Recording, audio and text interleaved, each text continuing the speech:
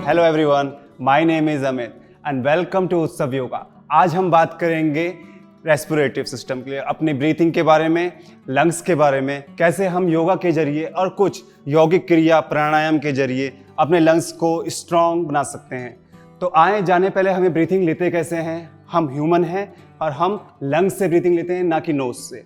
और जो कुछ जल जीवी होते हैं वो गलफड़ों से ब्रीथिंग लेते हैं, जैसे कि मछली हो गई और आपके मेंढक सबसे बड़ी चीज़ है। मेंढक 3 तरह से ब्रीथिंग लेते हैं। अब जब वो पानी में रहते हैं तो अपने गिल से ब्रीथिंग लेते हैं, जब वो जमीन के नीचे भी रहते हैं तो अपनी स्किन से ब्रीथिंग लेते हैं, और जमीन के बाहर रहते हैं तो नाक से ब्रीथिंग लेते हैं। तो अब हम अपनी बात करेंगे, क्योंकि हम ह्यूमन हैं और हमें अपने लिए वीडियो बनानी है, ना कि जलीय जीवों के लिए। तो हम जो ब्रीथिंग लेते हैं, हम लंग्स से नीचे जो डायफ्राम का हिस्सा होता है वहाँ से ब्रीथिंग लेते हैं।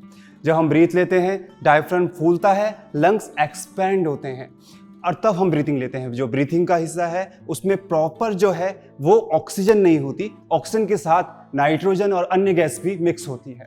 ऑक्सीजन जितने हमारे शरीर को चाहिए होती है वो हमारा शरीर एब्जॉर्ब कर उसको ब्लड सेल तक पहुंचाता है। जो ऑक्सीजन पहले से सेल्स के अंदर होती है उसे कार्बन के साथ मिलाकर कार्बन डाइऑक्साइड बनाकर शरीर बाहर फेंकता है, जो पेड़ पौधे एब्जॉर्ब करते हैं। तो हम जानते हैं हम ब्रीथिंग जो है हम अपने नाक से नहीं लेते। नाक सिर्फ एक जरिया है ब्रीथ लेने का।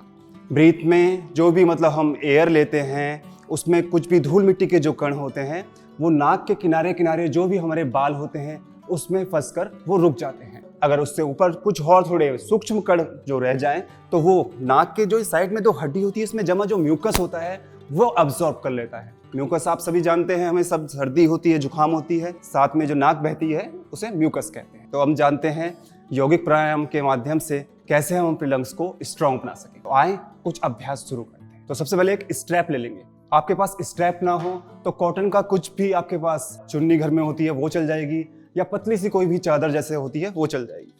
तो स्ट्रैप को इस तरह अपने हाथ में इस तरह रोल करेंगे, एल्बो स्ट्रेट रहेंगे, इनहेल करते हुए लंबा गहरा श्वास भरेंगे, एक्सेल, इनहेल, एक्सेल। इसको कम से कम 3 से 4 बार से स्टार्टिंग करेंगे, फिर धीरे धीरे इसका हम रोटेशन कम से कम 10 से 20 बार बढ़ाएंगे। तो मेरे साथ आप दोहराएंगे, इनहेल, एक्सेल, इनहेल, एक्सेल। तो ये कर क्या रहा है एक्चुअली? ये आपका शोल्डर भी ओपन करेगा, आपके लंग्स के लिए भी हेल्पफुल है। ब्रीथिंग आपकी ज़्यादा से ज़्यादा आप इनहेल कर सकेंगे और आप उसको एक्सेल करने में भी आपको आसानी होगी। तो इस आसन को आप कम से कम 3 से 4 बार स्टार्ट करें, फिर इसकी आप रोटेशन बढ़ाकर कम से कम 10-20 तक ले जाएं। अगर आपकी एज ज़्यादा है और आप अगर ये नहीं कर पा रहे हैं तो आप इसका थोड़ा सा इसको लेंथन करेंगे, थोड़ा सा दूर पकड़ेंगे, देन इनहेल, एक्सेल। इस तरह आप इसको कर सकते हैं। इसी में हम दूसरा वेरिएशन करेंगे। स्टेप को इसी तरह ग्रैब करेंगे दोनों हाथ से। देन अभी हमको करना क्या है, यहां पे इनहेल लेंगे, लंबा गहरा श्वास लेंगे, नाउ एक्सेल। यहां पर हमें ध्यान रखने वाली बात क्या है, इनहेल अपने आप लेंगे, एक्सेल जो है वो फोर्सफुली आउट करेंगे। जितना फोर्सफुली हम आउट कर से एक्सेल, इस तरह से इनहेल जैसे हमने किया,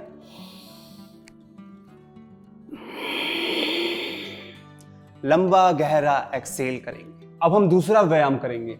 सबसे पहले अपने पैरों को शोल्डर डिस्टेंस में ओपन कर देंगे। ओपन करेंगे अपनी चेस्ट को। यहां पर हमने करना क्या है, रिब केज को ऊपर की तरफ लिफ्ट करना है ताकि हमारा जो बेली है वो लेंथन हो जाए, डायफ्राम को जगह मिल जाए। देन आर्म को ओपन कर देंगे साइड में। यहां पर इनहेल करेंगे, लंबा गहरा श्वास लेंगे, देन एक्सेल फोर्सफुली। नाउ देख दिस वे, इनहेल, एक्सेल। इसमें हम लंबा गहरा श्वास भर रहे हैं और एक्सेल फोर्सफुली श्वास को बाहर फेंक रहे हैं। जितनी भी कार्बन अंदर जमी हुई है सब बाहर जाएगी। तो इसके भी आपको कम से कम 10 से शुरू कर इसको धीरे धीरे 20 करने हैं। और हाँ, ध्यान रखने वाली बात यह है, किसी को अगर बीपी की दिक्कत हो तो इसको करना कैसे है, करना उनको भी है पर करना कैसे है ये मैं आपको बताऊंगा। इसमें इनहेल करेंगे वो, देन एक्सहेल करेंगे, इनहेल करेंगे, एक्सहेल करेंगे। इस क्रिया से होता क्या है, इससे शरीर के अंदर हीट पैदा हो जाती है। अगर इसको आप जल्दी जल्दी करेंगे तो ज्यादा हीट पैदा होगी। वो स्वस्थ लोग जिनको बीपी नहीं है उनके लिए बहुत बढ़िया है, क्योंकि अंदर से अगर कुछ भी आपके शरीर में म्यूकस ज्यादा हो गया है, कफ ज्यादा जम गया है तो उसको बर्न करने में सहायक देगी। और जिनको बीपी की दिक्कत है वो बहुत उसको स्लोली करें, करना जरूरी है पर स्लो। ओके, अब हम अपनी तीसरी क्रिया करते हैं।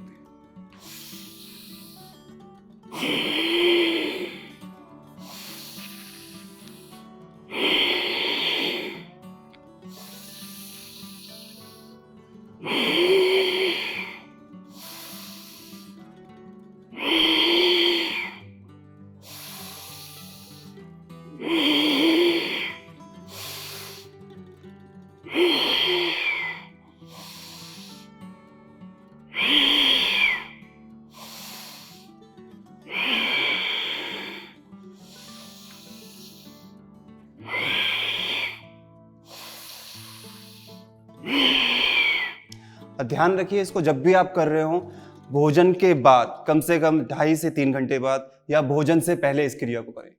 भोजन करने के तुरंत बाद इसको नहीं करना है, क्योंकि जो हीट आपके भोजन को पचाने में लगेगी वो हीट आपको इस आसन में लग जाएगी। इसलिए जो हीट उस टाइम जहां चाहिए उसको वहीं काम कर देने दीजिए और इस आसन के लिए अपना खाली समय निकालिए।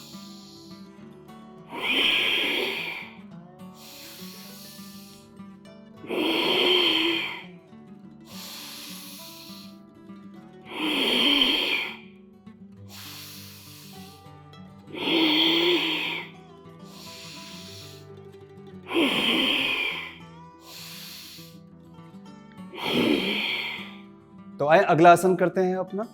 पहले अपने पैरों को अपने हिप के डिस्टेंस में खोल देंगे। इनहेल करते हुए शरीर को इसमें करना क्या है, शरीर को बिल्कुल लूज छोड़ देना है, बिल्कुल लूज छोड़ देंगे, शरीर को ढीला छोड़ देंगे।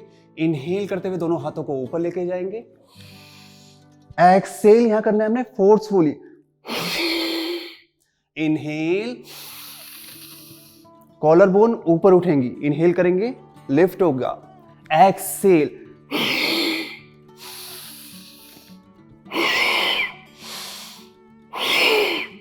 इसको फोर्सफुली करना है और फास्ट करना है, लाइक दिस वे। इनहेल,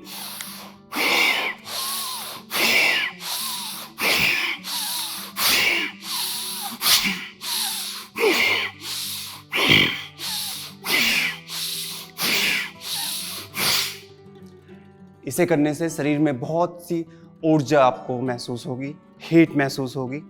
तो यह आसन आप जो भी बीपी के पेशेंट हैं वो बिल्कुल ना करें, अवॉइड करें इससे।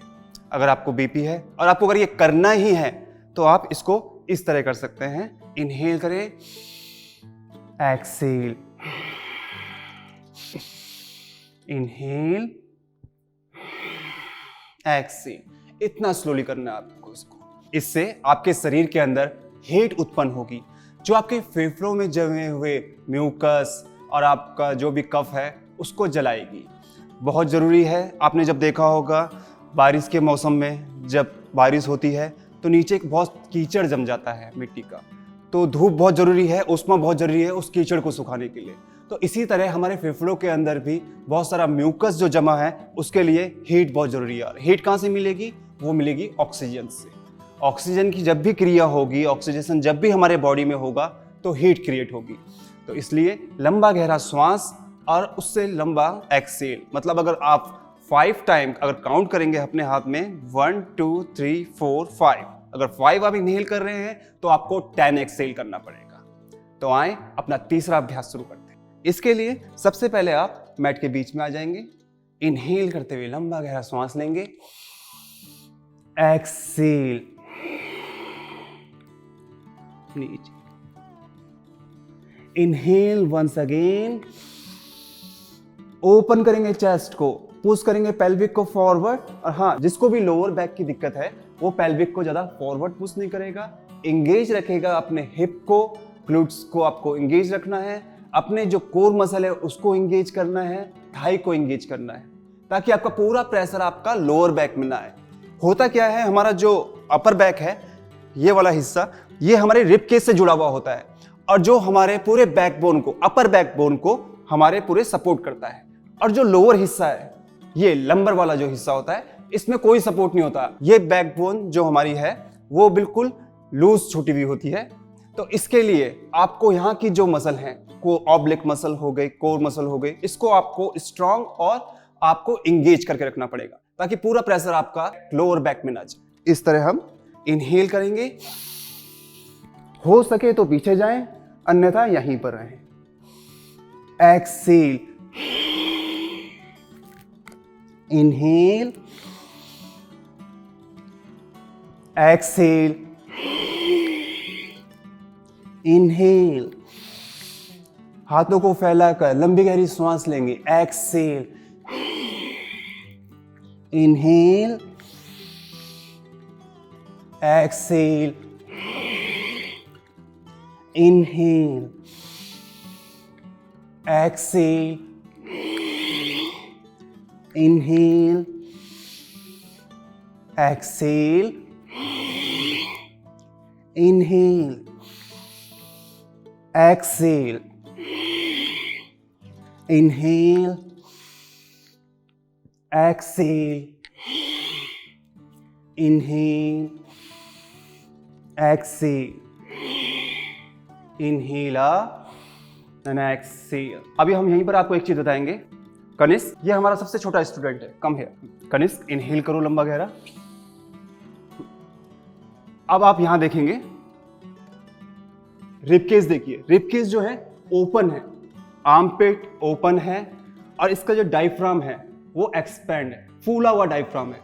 अब लोग बोलते हैं कि हम पेट से ब्रीथिंग, पेट से कोई ब्रीथिंग नहीं लेता, ब्रीथिंग जो भी लेते हैं डायफ्राम से। जब डायफ्राम फूलता है तो पेट नीचे की तरफ आता है, जिससे हमें लगता है हम पेट से ब्रीथिंग ले रहे हैं। तो पेट हमारा फूला हुआ रहता है क्योंकि डायफ्राम के कारण। अभी एक्सेल करो कनिष्क, फॉरवर्ड जाओ, लंबा गहरा एक्सेल करते हुए नीचे की तरफ जाओ, फोल्ड फॉरवर्ड। इनहेल, लंबा गहरा सांस लो, देन एक्सेल। अब यहां पर एक चीज आप ध्यान रखिए कनिष्क, थोड़ा आप घूमेंगे। अगर बैक स्ट्रेट नहीं है तो आप नी को फोल्ड करके रखेंगे। अब जैसे ये नी स्ट्रेट करेगा, कनिष्क नी स्ट्रेट करो, ये देखिए यहाँ हम्प बन गया। तो इस हम्प को, ये लोअर बैक है, इसके बारे में हम जो पहले बात कर रहे थे, लोअर बैक कोई सपोर्ट नहीं है, बिल्कुल लूज है, अपर बैक सपोर्ट है, ठीक है। तो नी हमेशा बैंड रहेंगे, लोअर बैक का नेचुरल आर्च जो है वो बना हुआ रहेगा, मेंटेन रहेगा। Then inhale, come up, then exhale, release. Okay, अब हम अगला आसन करेंगे अपना भुजंगासन। कनिष्क थोड़ा भुजंगासन करके बताएंगे। इनहेल करो, लंबा गहरा सांस लो, then exhale, go fold forward with bending knee. Knee को हमेशा बेंड रख के नीचे जाएं, and both leg back, walk back और जंप बैक। ओके, अब ये देखिए, ये भी थोड़ा नया नया योगा सीख रहा है, तो इसको भुजंगासन अभी पता नहीं है, भुजंगासन थोड़ा करना कैसा है। जो भी हमारे योगा के नए स्टूडेंट हैं, जो योगा अभी सीख रहे हैं, वो भुजंगासन कुछ इस तरह करते हैं। अभी आपको भुजंगासन करना कैसा है वो मैं आपको बताऊंगा। First, your head down, then engage your thigh, engage your glutes, then engage your lower back. Your belly should be grounded and your elbow closer your rib cage. Shoulder blade go downward, go down. Then inhale, lift only your chest up. यहाँ से सिर्फ हम chest को ऊपर उठाएंगे, chest up and relax your head down. Lengthen your side, back neck side. Engage your leg, push your ankle on the floor. Ankle को floor में push करके रखेंगे। यहाँ पर inhale, exhale करेंगे लंबा गहरा। यहाँ पर हम कम से कम 40 सेकेंड होल्ड करेंगे एंड एक्सेल करते हुए रिलीज करेंगे अपने आप को।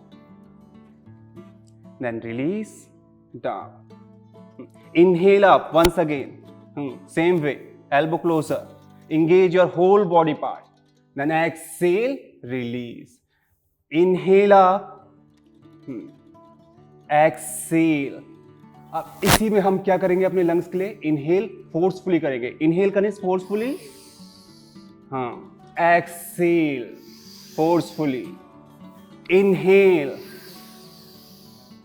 Excel, inhale up, exhale, inhale, exhale.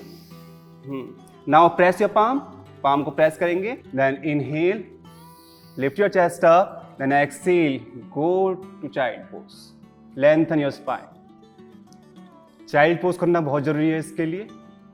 आपकी बैक एक्सटेंड. अब हम बात करते हैं खाने की कि हमें आहार कैसा लेना चाहिए. आहार हमें बहुत संतुलित और पौष्टिक लेना चाहिए. प्रोटीन अधिक होना चाहिए ताकि हमारे लंग्स में जो भी क्षति पहुंची है उसको वो पूर्ण कर सके. हमें तला भुना या फास्ट फूड, कोई भी जंक फूड, इस तरह का आहार हमें बिल्कुल नहीं लेना चाहिए. ये हमारे स्वास्थ्य के लिए बहुत हानिकारक है क्योंकि इससे हमें फैट बढ़ेगा और जब हमारे शरीर में फैट की मात्रा बढ़ेगी तो हमें चलेंगे दिक्कत होगी, सांस हमारी फूलेगी, जो हमें सांस लेने में तकलीफ करेगी. क्योंकि पेट जब हमारा बड़ा हो जाएगा तो लंग्स, हमारा डायफ्राम जो है वो अच्छे से अपना काम नहीं कर पाएगा. जब डायफ्राम अच्छे से काम नहीं कर पाएगा तो हम सांस अच्छी नहीं ले पाएंगे, जो हमारे लंग्स के लिए भी दिक्कत होगी. एक जरूरी बात, हमें पानी अधिक से अधिक पीना है. पानी में ऑक्सीजन होती है, जो हमारा शरीर सांस से नहीं ले पा रहा है वो उसकी पूर्ति पानी से कर देगा. इसलिए अपने शरीर को डिहाइड्रेट होने से बचाएं. अगर आपको साइनस की दिक्कत ज़्यादा हो रही है या आपको सर्दी जुकाम ज़्यादा हो रहा है मौसम बदलने के उसमें, तो आप एक क्रिया कर सकते हैं, जल नीति, जो षट क्रम में आता है. जल नीति आप कर सकते हैं, सूत्र नीति आप कर सकते हैं, पर ये किसी की गाइडेंस में करना. इसको अकेले मत करना, किसी के देख रेख में ही इस क्रिया को करना. अब मैं आपको बताता हूँ, अगर आपको ज़्यादा जुकाम या खांसी है तो आप एक तरह का काढ़ा बनता है, वो आपको बताता हूँ कि उसको कैसे बनाया जाता है. उसके लिए तुलसी के पत्ते, थोड़ी दालचीनी, इसको ले लीजिए, साथ में काली मिर्च, सिर्फ 2 काली मिर्च, 1 लौंग, थोड़ी हल्दी. इसको गर्म पानी में उबालना है. 1 कप गर्म पानी में उबालिए और जब ये आधा रह जाए तो इसको थोड़ा ठंडा होने दीजिए. जब ये ठंडा हो जाएगा इसमें आधा लेमन डालना है, 1 चम्मच शहद डालना है और इसे आप धीरे धीरे इसे आप पी सकते हैं. ये सुबह खाली पेट भी पी सकते हैं और इसको आप रात को सोने से पहले भी पी सकते हैं. ये आपको इसमें काफ़ी आराम दिलाएगा. अब मैं आपको कुछ मुद्राएं बताऊंगा, योगिक मुद्राएं, जिसे करके आप इसमें और ज़्यादा आपके लंग्स की कैपेसिटी बढ़ सकती है. और अगर आप पहले से ही कुछ बीमारियों से गुजर रहे हैं तो उसमें भी आपको बहुत आराम मिलेगा. सबसे पहले आपका है शंख मुद्रा. तो इसे करने के लिए सबसे पहले अपने अंगूठे को पाम के बीच में रखेंगे. इस तरह ये मुद्रा बनेगी. इसका अभ्यास कम से कम आप 10 मिनट बैठकर आराम से सुखपूर्वक बैठकर कर सकते हैं. अब दूसरी जो मुद्रा मैं आपको बताने जा रहा हूँ वो भी आपके लंग कैपेसिटी को बढ़ाएगी और ऑक्सीजन का फ्लो आपके लंग्स में अच्छे से करेगी. तो दूसरी मुद्रा का नाम है आदि मुद्रा. वो हम कुछ इस तरह से करेंगे. दोनों पाम को अपने सामने रखकर, अंगूठे को हथेली में बीच में रखकर, उंगलियों को इस तरह दबाएं. इसका भी कम से कम आपको 10 मिनट अभ्यास करना है. ये 2 मुद्रा मैंने आपको बताई. तीसरी मुद्रा जो है वो है उदान मुद्रा. इसका भी अभ्यास आप 10 से 15 मिनट कर सकते हैं. शुरू में आप इन मुद्राओं का अभ्यास कम से कम 5 मिनट तो करें. 5 मिनट से फिर धीरे धीरे बढ़ाकर 10 मिनट और 15 मिनट तक लेके जाएं. तो तीसरी मुद्रा जो है वो है उदान मुद्रा. अपने अंगूठे से फिंगर टिप को इस तरह मिलाएंगे. इसका भी अभ्यास 10 मिनट कर सकते हैं. तो इसी तरह आप इस आसनों को, जो आसन मैंने अभी बताए हैं उनको, और जो मुद्राएं मैंने आपको बताई हैं उनको, उसको अपने डेली लाइफ में कीजिए. मॉर्निंग में आप कर सकते हैं सुबह खाली पेट, और इवनिंग में जब आपने कुछ खाया नहीं हो, जैसे आपने कुछ खाना खा लिया है तो उसके 2.5 घंटे बाद आप इसको कर सकते हैं. और जो मुद्रा हैं उनको आप मॉर्निंग में करें तो आपको ज़्यादा लाभ पहुंचाएंगे. तो इनको आप कर सकते हैं रोज़. और जो अगर आपको ज़्यादा खांसी या जुकाम है तो जो काढ़ा मैंने आपको बताया है वो आप ले सकते हैं. फूड के बारे में मैंने जो आपको बताया है वो फूड आप ले सकते हैं. ठीक है, जो अवॉइड करने के लिए आपको बताया है वो फूड आप अवॉइड कर सकते हैं. बाकी जुड़े रहें हमारे साथ. आशा करता हूँ मैं आपको ये वीडियो आपको बहुत पसंद आई होगी, और आपके किसी करीबी को इसी तरह की कोई दिक्कत हो रही है या सिम्टम आपको दिख रहे हो तो ये वीडियो उसको शेयर कीजिए और लाइक कीजिए हमारी वीडियो को. और अगर आपको कुछ नया, कुछ विषय में आपको जानकारी चाहिए हो या कुछ भी आपको कमेंट करना हो तो हमारे कमेंट बॉक्स आपके लिए खुले हैं, उसमें आप कमेंट कर सकते हैं. Thank you. धन्यवाद.